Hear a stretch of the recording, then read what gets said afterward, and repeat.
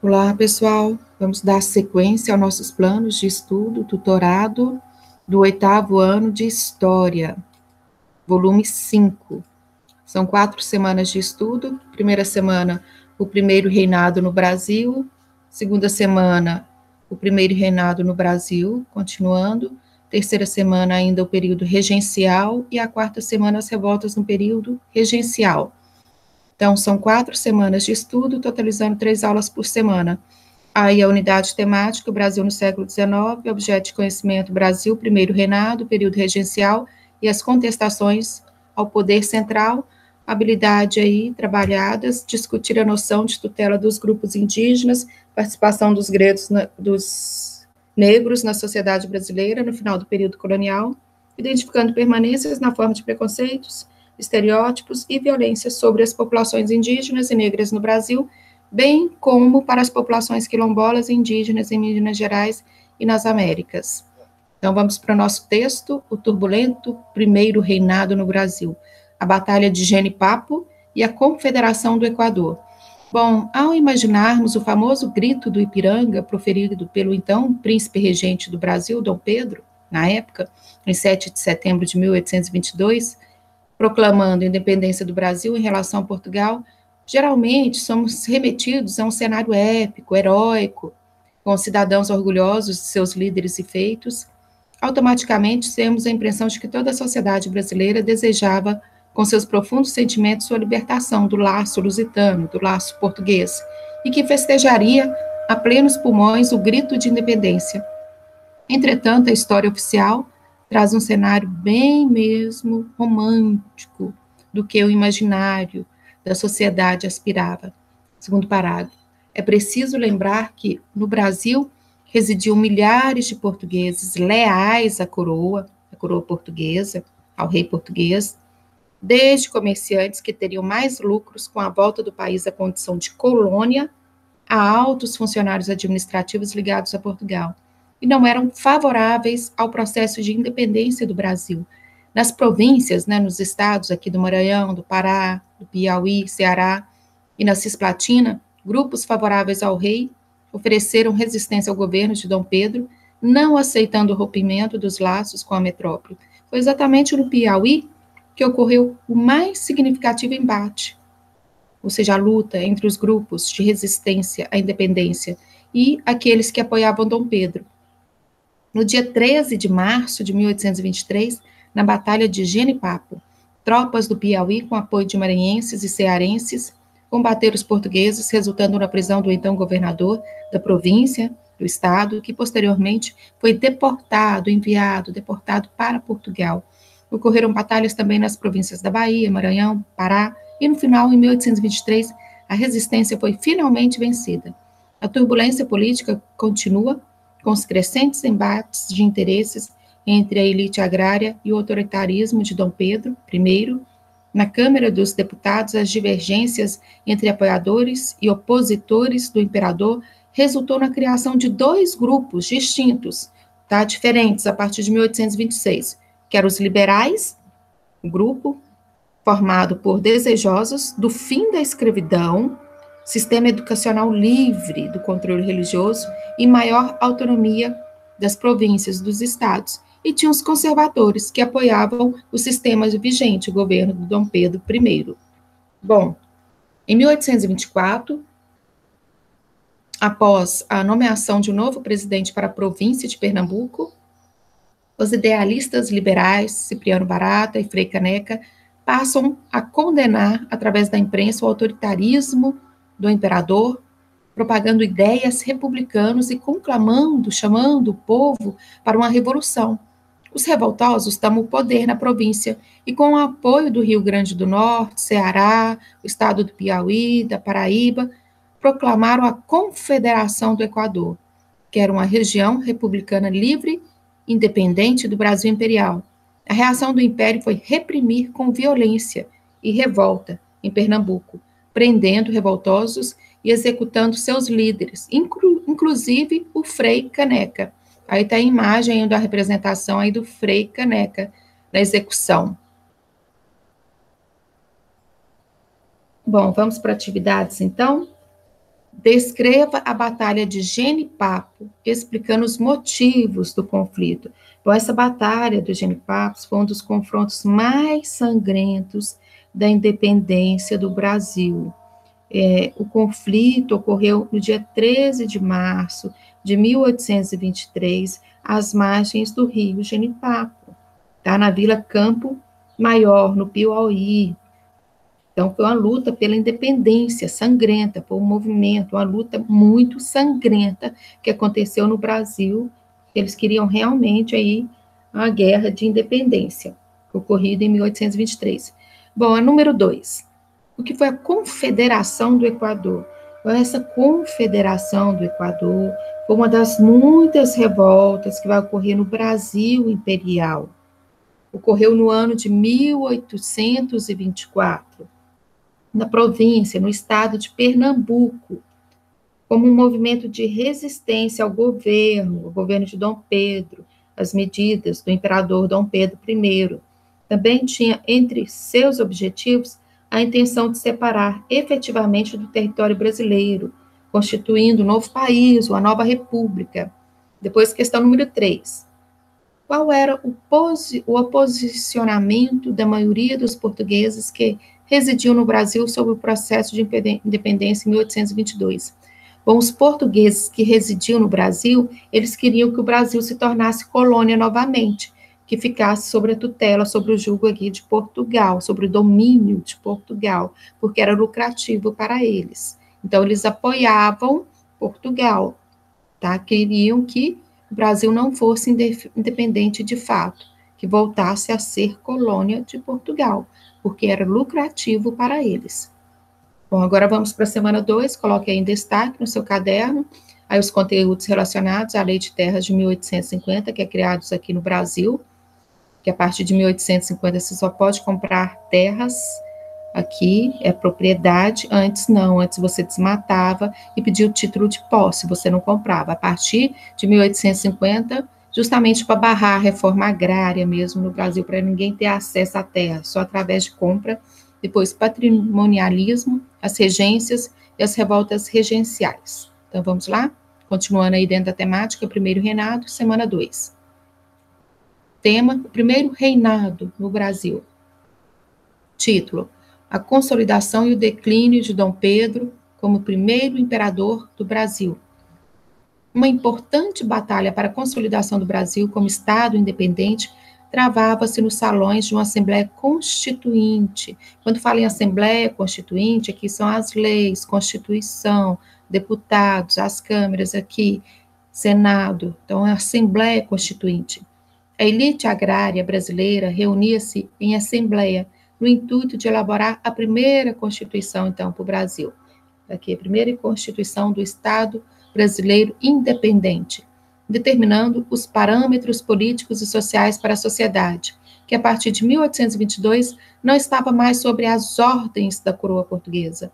Idealizada por Antônio Carlos de Andrade e Silva, um político nascido no Rio de Janeiro em 1773, essa Assembleia só contaria com os votos daqueles que possuíssem uma renda anual equivalente a 150 alqueires, hectares, gente, de terras. Aqui você tinha que ser proprietário, donos de terra. Então, essa Constituição aqui, para você ter acesso aqui aos votos, você tinha que possuir uma renda anual equivalente a 150 alqueires de farinha de mandioca, demonstrando que a elite agrária buscaria o protagonismo do novo cenário político brasileiro, elaborando uma Constituição que visava beneficiar essencialmente o modelo censitário.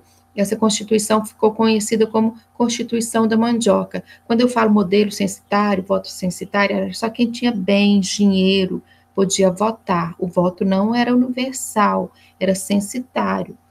Então, só quem tinha bens, dinheiro, propriedades, ou 150 alqueires de farinha de mandioca. Bom, a divisão, último parágrafo, a divisão de interesses entre o Partido Português e o Partido Brasileiro voltou a ficar evidente na elaboração dessa Constituição. Os portugueses queriam poderes absolutos ao monarca Dom Pedro I, enquanto os brasileiros desejavam a anuência do parlamento sobre quaisquer decisões importantes do imperador. Ciente que grande parte da Assembleia desejava limitar os poderes do monarca, Dom Pedro aplica um golpe em 12 de novembro de 1823, dissolvendo a Constituinte, no que foi chamado de Noite da Agonia, para determinar a elaboração de uma Constituição que atendesse aos desejos dele, do imperador. A primeira Constituição brasileira, promulgada em 1824, conciliando os interesses de uma elite agrária e o autoritarismo de Dom Pedro, que passaria a ter o título de Dom Pedro I.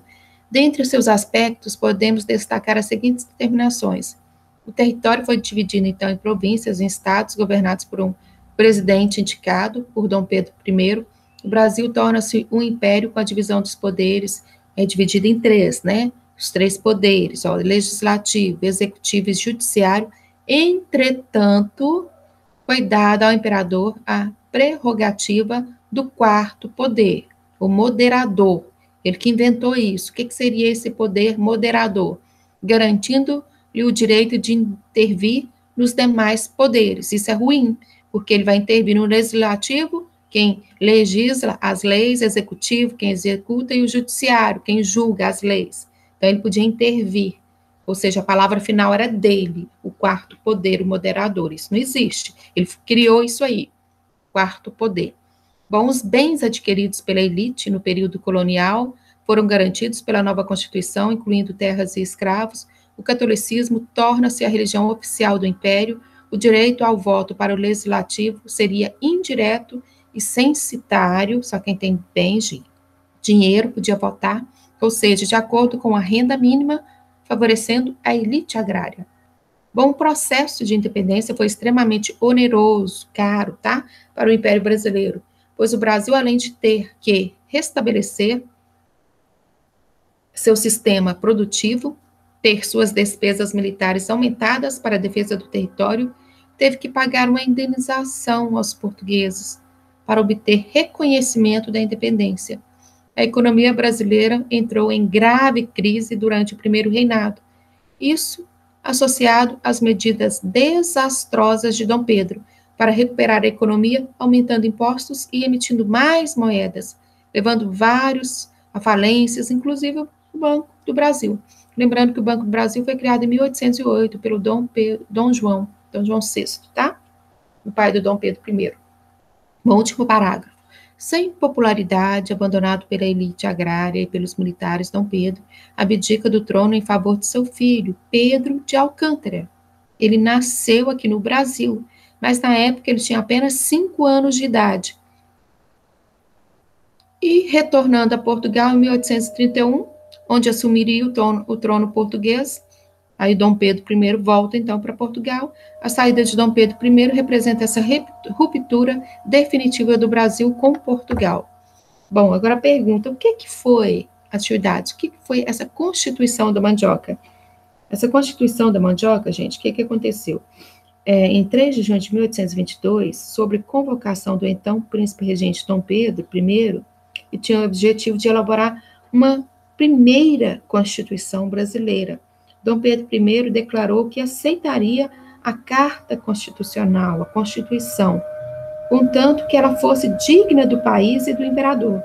Somente após a proclamação da independência, esta Assembleia começou a ser realmente praticada, já que sua real intenção era elaborar a Constituição para o novo Estado soberano. Aí o que aconteceu? Essa Constituição, ela ficou conhecida como Constituição da Mandioca, pois, segundo ela, só poderiam ser eleitores os candidatos, aqueles que tivessem certas rendas equivalentes a 150 alqueires de farinha de mandioca. Então, você só poderia ingressar na carreira pública aí tendo alqueires de farinha de mandioca, ou seja, sendo proprietário. Bom, questão número 2. O que foi a Noite da Agonia? Com essa Constituição aqui, gente, o que acontece? Tá? Na época da mandioca. Na madrugada do dia 12 de novembro de 1823, o Dom Pedro ordenou a invasão do plenário na Assembleia Constituinte pelo Exército, em um episódio que ficou conhecido como a Noite da Agonia. Os membros da Assembleia, eles tentaram resistir durante horas, mas não foi possível evitar sua dissolução. Os deputados foram presos, deportados, eles se prepararam para redigir a primeira Constituição do Brasil. No dia seguinte, o imperador e seus conselheiros assinaram um documento que reprimia e punia as discussões e reuniões políticas públicas. Depois disso, Dom Pedro reuniu pessoas de sua confiança e, às portas fechadas, foi redigida a primeira Constituição do Brasil, tá? Em março de 1824. Nela, aconteceu o fortalecimento do poder moderador, o quarto poder, exercido pelo imperador, e que estava acima de todos os outros poderes, do executivo, legislativo e judiciário. Esse poder era pessoal e privativo do imperador, assessorado por um conselho de Estado. Então, essa foi a noite da agonia, nessa elaboração dessa Constituição. Muitos foram presos, muitos políticos foram presos. Por isso o nome, Noite da Agonia, que o Dom Pedro I manda prender muitos. 3. Questão número 3. Na Constituição Brasileira de 1824, explique qual a função do poder moderador. O poder moderador é o quarto poder. Ele manda em todos os outros poderes.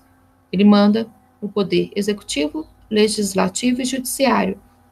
Então, acaba concentrando todos os poderes na mão de Dom Pedro, na mão do imperador do Brasil, Dom Pedro I. Aí é o quarto poder moderador, ou seja, ele continua mandando em tudo. Vamos lá, continuando. Agora, semana 3, coloquei em destaque. A gente continua aí no Brasil, no século XIX, o primeiro reinado, o período regencial e as contestações ao poder central, o poder do Dom Pedro I. Vamos lá? Regência no Brasil. Uma criança à espera do poder. Bom, vimos na unidade anterior que o primeiro reinado no Brasil foi marcado pelo autoritarismo imposto pelo imperador Dom Pedro I, refletindo em conflitos de interesses entre brasileiros e portugueses. O fim deste breve e conturbado reinado é marcado pela abdicação, pela renúncia, abdicação de Dom Pedro I em favor de seu filho, Pedro de Alcântara. Então, Dom Pedro I sai do governo e deixa para o seu filho, Dom Pedro de Alcântara, em abril de 1831. Entretanto, apesar de ser o herdeiro direto ao trono brasileiro, o príncipe herdeiro não pôde assumir o governo, uma vez que a legislação vigente afirmava que só após completar 18 anos de idade poder-se-ia exercer o cargo no Brasil. E naquele momento, o Dom Pedro de Alcântara, filho de Dom Pedro I, tinha apenas 5 anos de idade. Portanto, pela Constituição de 1824, um governo transitório deveria ser realizado, sendo o país governado por regentes, até que Dom Pedro atingisse a idade necessária. Bom, último parágrafo. Nesse momento, a sociedade política brasileira estava dividida em 3 grupos distintos, diferentes, com suas próprias ambições de poder, tornando o período regencial extremamente volátil e turbulento. Existia o grupo dos restauradores, formado por comerciantes portugueses e funcionários públicos, apoiavam a volta de Dom Pedro ao poder. Não apoiavam as reformas políticas e econômicas e não eram favoráveis à ideia de brasileiros natos governarem o país. Eram remanescentes do Partido Português. No campo da sociedade liberal estavam os liberais moderadores, outro partido político, liberais moderadores, formado por aristocratas rurais, representando a elite dominante no Brasil. Desejavam a monarquia constitucional, ou seja, um governo monárquico, um rei, mas que seguisse uma constituição, uma monarquia constitucional, onde poderiam exercer seu domínio sobre a sociedade, mesmo com a presença de um imperador. Por outro lado, existiam os liberais exaltados, formados por membros da sociedade urbana, e desejavam a monarquia, um rei com maior autonomia em relação às províncias, chegando em alguns casos a reivindicarem até mesmo uma república. Segundo parágrafo. Devido à urgência em estabelecer um sistema de governo após a renúncia, a abdicação do imperador, estabeleceu-se uma regência trina provisória. O que é uma regência trina provisória? São 3 pessoas governando o Brasil provisoriamente, por um certo período, até o Dom Pedro de Alcântara, terá 18 anos. Então, estabeleceu-se uma regência trina provisória, que governaria o país até a instauração da regência trina permanente, que ocorreria ainda em 1831. Diante de um contexto político que estava acontecendo diretamente aos interesses da aristocracia rural brasileira, foi promulgado o Ato de 1834, retornando à Constituição de 1824, conciliando o sistema de governo ao desejo de autonomia das províncias. Em uma das determinações do ato, a regência trina fora substituída pela regência una. Após uma eleição com voto secreto, Diogo Antônio Feijó foi escolhido como líder da regência una no Brasil, uma experiência liberal que desagradou profundamente a classe conservadora da sociedade brasileira. Nesse momento, passaram a existir dois novos grupos políticos: os regressistas, desejosos da volta do sistema conservador de governo, e os progressistas, favoráveis às reformas liberais, tá? De liberdade, liberais, constantes. Sem apoio político para governar, com saúde debilitada, frágil e forte oposição da Igreja Católica, Feijó abdica do posto de regente em 1837 em favor de Pedro de Araújo Lima, iniciando a regência una, de uma só, a una Araújo Lima. Desta vez, para conter as inúmeras revoltas sociais que surgiram, eclodiram pela instabilidade política da regência, é escolhido um conservador para governar o país, freando a ascensão dos liberais ao poder. As elites liberais das províncias, temerosas em perder suas conquistas de autonomias políticas e econômicas, concedidas pelos governos liberais, começaram a formular um plano para deter o avanço conservador, e a solução mais ousada estava numa figura que até então permanecia fora dos holofotes do cenário político nacional, que era Dom Pedro II, tal de Alcântara, filho de Dom Pedro I.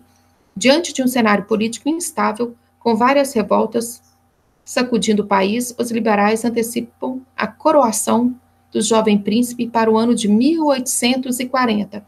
Aos 14 anos, Pedro de Alcântara torna-se imperador do Brasil, no que foi chamado de golpe da maioridade. Ele não tinha os 18 anos completos, mas mesmo assim ele assumiu o governo, tá? Com 14 anos, 15 anos na época. Então vamos lá, atividades. Com base no texto estudado e com auxílio do seu livro didático, responda: quais grupos políticos disputavam o cenário nacional em 1831 e quais eram suas aspirações? Então, se tinha o que os liberais moderados, era um grupo político, que eram os aristocratas rurais, representando a elite dominante no Brasil. Eles desejavam a monarquia constitucional. E tinha os liberais exaltados, outro partido político, os liberais exaltados, formado por membros da sociedade urbana, que desejavam a monarquia, e outros até uma república, tá? Por isso exaltados. Depois, continuando, o que foi o ato adicional de 1834? Com esse ato, ele foi reformado a Constituição de 1824, conciliando o sistema que o governo do desejo de autonomia das províncias. Então, foi aí da Constituição de 1824, conciliando o sistema aqui de governo, o desejo de autonomia das províncias, e a regência trina, que foi substituída pela regência una. Então, isso aí tudo foi colocado no ato de 1834, conciliou, colocou aí a regência trina, que acabou sendo substituída por uma só, regência una, que na verdade ficou só um regente depois governando, até Dom Pedro de Alcântara atingir a maioridade. Bom, letra C. Por que foi necessária a presença de governantes regentes, uma vez que já existia um príncipe herdeiro no Brasil? Quando o Dom Pedro I ele volta para Portugal para pegar a coroa portuguesa, ele deixa aqui no trono o filho dele, 5 anos, mas não tinha como ele assumir o governo, porque ele tinha só 5 anos. Por isso foram criados governos regentes. Significa que esses governos regentes vão ficar no governo por um certo tempo até ele atingir a maioridade, que é 18 anos, para assumir o governo, que ele tinha 5 anos. O Dom Pedro II, Dom Pedro de Alcântara, filho de Dom Pedro I. Bom, quem eram os regressistas e os progressistas? Letra D. Quem eram os regressistas e os progressistas? Regressistas eram os desejosos da volta do sistema conservador. E os progressistas, tá, eram favoráveis às reformas liberais. E a letra E, aqui ao lado, o que foi o golpe da maioridade? O Brasil estava tendo muitas revoltas, então não estavam gostando dos governos regentes. Então, com 15 anos de idade, 14 anos de idade, aliás, ali, o governo de Dom Pedro II, Dom Pedro de Alcântara, acaba assumindo o governo, tá? Então, 14, 15 anos de idade, aí ele já assumiu o governo aqui do Brasil. Não esperaram ele atingir os 18 anos, que era o correto. Ele acabou assumindo o governo antes do tempo. Então, por isso, golpe da maioridade. Agora vamos para a semana 4, ainda dentro da temática o Brasil no século XX. Vamos lá? Bom, tema, as revoltas no período regencial. Período regencial, período de insurgências, de revoltas. A regência una de Feijó foi marcada pela incapacidade do regente, né, do governante na época, em resolver as tensões sociais que dividiam a sociedade do recém-formado Estado brasileiro. As elites locais, desejosas de manter a autonomia conquistada no processo de independência, nos primeiros anos de regência, aproveitaram a fragilidade governamental do Estado para promover rebeliões, algumas separatistas, visando exercer governos locais que beneficiassem seus interesses políticos e comerciais. Em outros casos, grupos sociais que passaram anos massacrados por um sistema opressor buscavam reconhecimento de seus desejos de autonomia dentro dessa sociedade.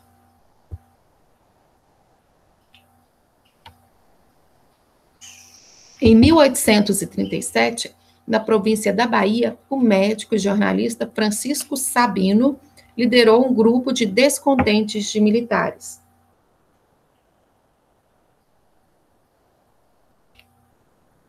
Profissionais, liberais, comerciantes, populares e negros livres. Os revoltosos não aceitavam a falta de autonomia comercial da província baiana, com o fato dos postos administrativos mais importantes serem indicações do governo central. No dia 6 de novembro de 1837, rebeldes ocuparam o Forte de São Pedro e declararam rompimento com o governo central no Rio de Janeiro. Foi decretada a República da Bahia, até a maioridade de Dom Pedro II, data de 1844. Entretanto, a reação violenta do governo central, no ano seguinte, resultou em mais de 2.000 mortos e a prisão dos seus líderes, sufocando o movimento. Esse movimento recebeu o nome de Sabinada. Note que não desejavam separação definitiva do Brasil, e sim rompimento com o governante, o governo regencial.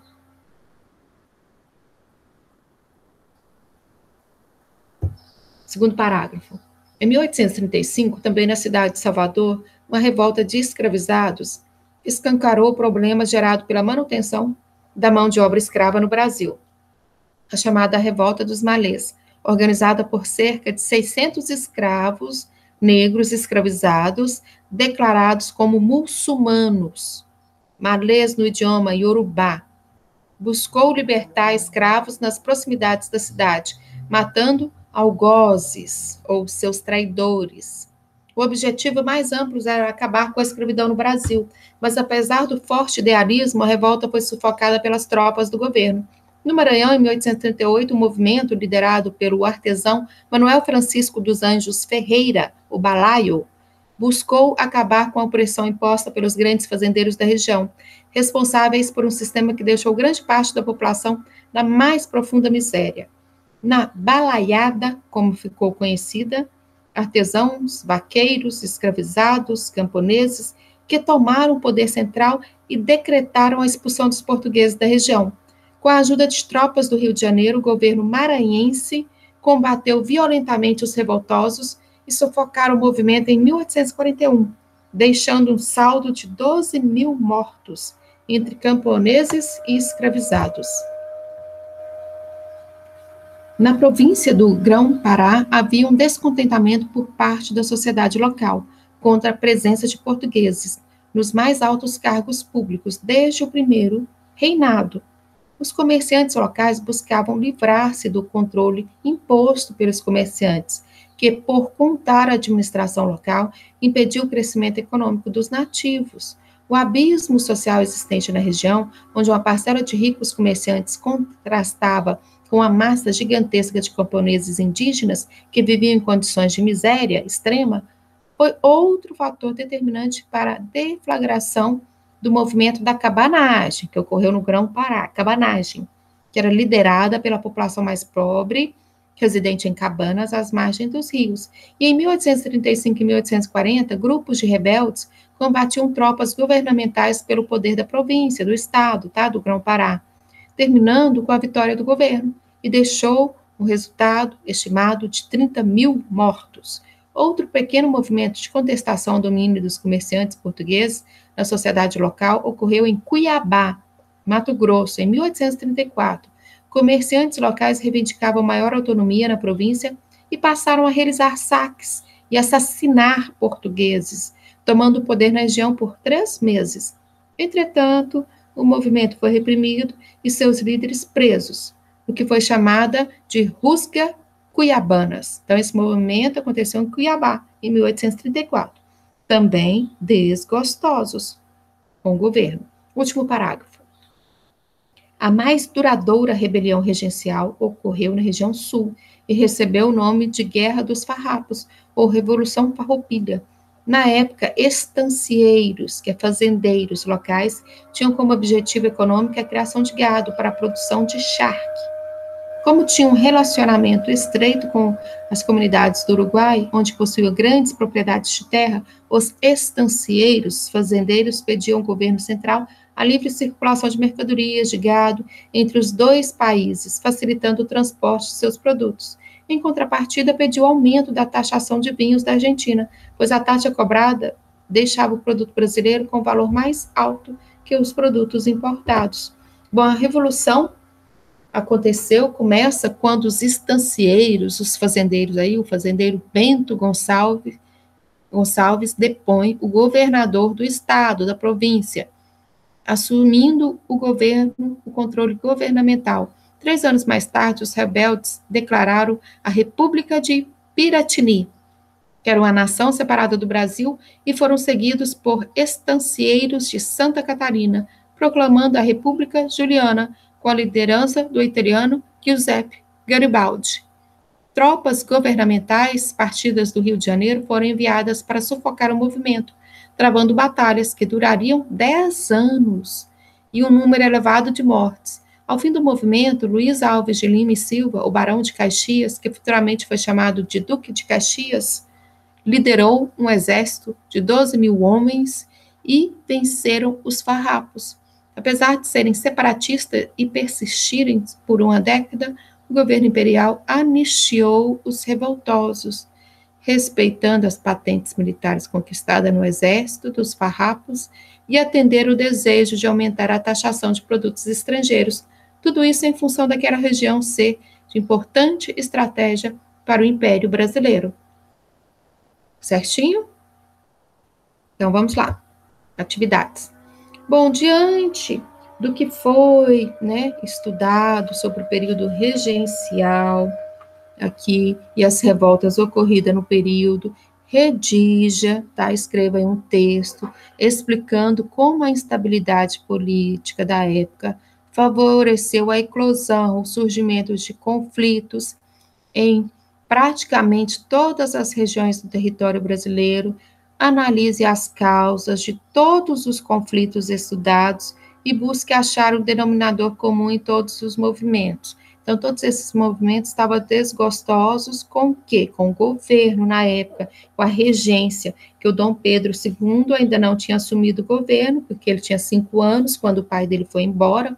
O Dom Pedro I deixou o filho dele, o Dom Pedro de Alcântara. Então, o Brasil era governado por regências, pessoas que ficavam no governo até atingir os 18 anos. E foram vários movimentos de contestação ao governo central. Nós vimos a cabanagem, que aconteceu no Grão-Pará, em 1835, pela insatisfação da população, insatisfação popular com a pobreza e a desigualdade. Teve a balaiada, que aconteceu no Maranhão, tá? Em 1838 e 1841. Teve a Sabinada, que foi uma rebelião também, que queria separar, que desejava implantar uma república na Bahia. Então, a Sabinada aconteceu na Bahia de 1837 a 1838. Depois teve a revolta dos malês, foi uma rebelião de escravos, que a maioria eram muçulmanos, que aconteceu em Salvador em 1835, a revolta dos malês, tá? E teve a mais sangrenta que aconteceu, foi a revolta dos farrapos, que ela durou muito tempo. Foi uma revolta motivada por insatisfações da elite local, a revolta dos farrapos, com o governo por questões políticas e econômicas, e vai acontecer, ela estendeu de 1835 até 1845. Então, vocês vão colocar um texto falando sobre isso, o que foi o período regencial, que vai estar acontecendo muitas revoltas nas províncias, nos estados brasileiros, em diversos locais do país, por causa das insatisfações políticas, por causa das insatisfações com o governo regencial, ok? Bom, querido estudante, estamos finalizando uma trilha de aprendizagem que foi percorrida durante as últimas 4 semanas. Nossas expectativas eram que vocês aprendessem muito com esse material, que foi preparado com todo carinho. Esperamos que isso tenha acontecido. Caso tenha surgido muitas dúvidas e questionamentos, anote-os e guarde-os, para que o mais próximo possível possam ser compartilhados com seu professor e com seus colegas quando todo esse período de crise passar. Até lá, vamos continuar construindo conhecimentos juntos. Até a próxima. E continuando ainda as atividades complementares. Não terminou. Bom, número 1. Por que a revolta ocorrida no Pará ficou conhecida como cabanagem? O que esse nome revela sobre a condição social de parte dos revoltosos? Bom, resposta. Os habitantes do Grão-Pará moravam em cabanas erguidas sobre estacas às margens dos rios, sendo essa situação precária um dos elementos que revelam que eles eram majoritariamente pobres. Questão número 2. Atividades complementares. Por que a insurreição, a revolta ocorrida na Bahia em 25 de janeiro de 1835 foi chamada inicialmente de Insurreição Nagô? Por que ela passou a ser conhecida pelo nome de Revolta dos Malês? Resposta. Ela foi chamada inicialmente de Insurreição Nagô porque quase 70% dos rebeldes era da etnia Nagô, nome dado aos iorubás na Bahia.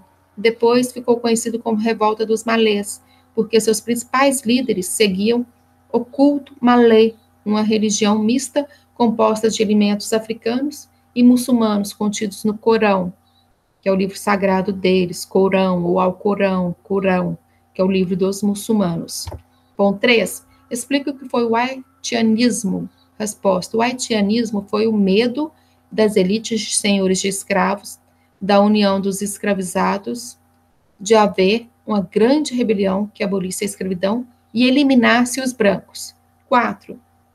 Qual relação é possível estabelecer entre o processo de independência do Haiti e a revolta dos malês no Brasil? Resposta. O processo de independência do Haiti foi acompanhado de uma revolta de pessoas escravizadas de grande proporção, o que gerou o chamado haitianismo. No Brasil, uma das mais importantes revoltas de escravizados foi a dos malês, em 1835. Além de os dois processos envolverem o protagonismo dos escravizados, o haitianismo foi um dos panos de fundo da repressão aos malês. 5. Questão 5. Entre 1500 e 1822, no território chamado de América Portuguesa, ocorreu uma série de rebeliões. Quais foram elas? Bom, a gente já estudou a revolta de Beckman, a Guerra dos Mascates, a Guerra dos Emboabas, a revolta de Vila Rica, a Conjuração Mineira, a Conjuração Baiana. O Brasil sempre aconteceu muitos movimentos. E a partir depois do governo regencial, várias outras revoltas que vão acontecer também, cabanagem, balaiada, sabinada, revolta dos malês, revolta dos farrapos. A gente nunca foi um povo pacífico, submisso, não. Sempre lutamos muito. A nossa história é sempre de muita luta, muita guerra. Questão 6. A Conjuração Mineira de 1789 defendia, entre outros pontos, a independência de Minas Gerais. Uma dos conjurados tinha como único objetivo a suspensão da derrama. No entanto, outra parte era movida por ideais diferentes. Quais eram esses? Eram as ideias iluministas de mudança, luz, razão, ciência, progresso, liberdade. Então, o Brasil sempre aconteceu muitas lutas no Brasil colonial, na época no Brasil regencial, no governo monárquico do Dom Pedro I, depois no governo de Dom Pedro II. Então, o Brasil sempre, toda a sua história, sempre de muita luta. Nunca fomos submissos, sempre lutamos muito, tá? Então, toda a história do Brasil, de 1500 aos dias atuais, sempre de muita luta. Bom, se chegaram até aqui, obrigada, bons estudos, bom, e até a próxima.